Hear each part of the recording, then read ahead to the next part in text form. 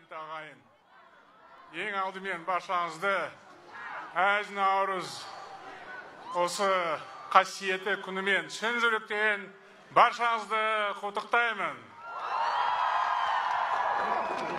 Бұл ежелден жақсылық пен жасампаздықты дәріптейтін ұлық мереке, күн мен түн теңеліп, күллі табиғат қайта жаңаратын әз наурызды қарсы алуға бабаларымыз ерекше мән берген.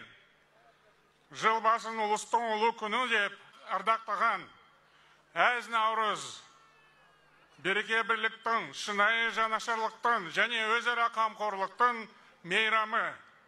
Мен бүгін ұлыс күнін өздеріңізбен бірге қарсы алу үшін Алматыға арнайы келіп отырмын. Алматы тәуелсіздігіміздің алтын бесігі, халқымызға қайта оралған ұлыс тойын мерекелеу осы қастерлі мекенінен басталды. Алматы қазақ елінің рухани, мәдени және іскерлік орталығы. Зиялы қауымның өнер, білім, ғылым, бизнес саласының өкілдері осында шоғырланған.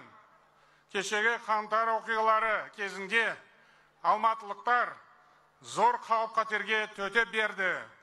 Сын сағатта қала тұрғындары нағыз отаншылдықтың үлгісін көрсетті. Біз ауызбіршіліктің арқасында мемлекетімізді сақтап қалдық. Мен шаһарды қалпына келтіру үшін құзырлы органдарға нақты тапсырмалар бердім. Алматы өркендету және жергілікті жұрттың тұрмыс сапасын жақсарту менің айрықша назарымда. Баршаңызға мәлім, мен осыдан бірнеше күн бұрын халыққа жолдауымды жарияладым. Елімізді түбегейлі жаңғыртуды көздейтін ауқымды реформалар ұсындым. Саяси реформалар мемлекеттік басқару жүйесін өзгертуге бағытталған. Шын мәнінде жаңа Қазақстанды құру дегеніміз тек мемлекет аппаратты жаңғырту емес, бүкіл қоғам, әрбір адам өзгеру керек. Әр азамат еліміздің өркендеуіне өз үлесін қосуға ұмтылуы қажет.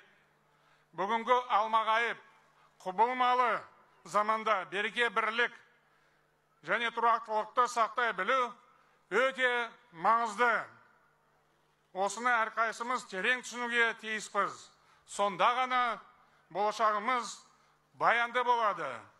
Қазір біздің алдымызда зор міндеттер тұр және ауқымды жұмыстар бар. Оны жүзеге асыруға алматылықтар барынша атсалысады деп сенемін.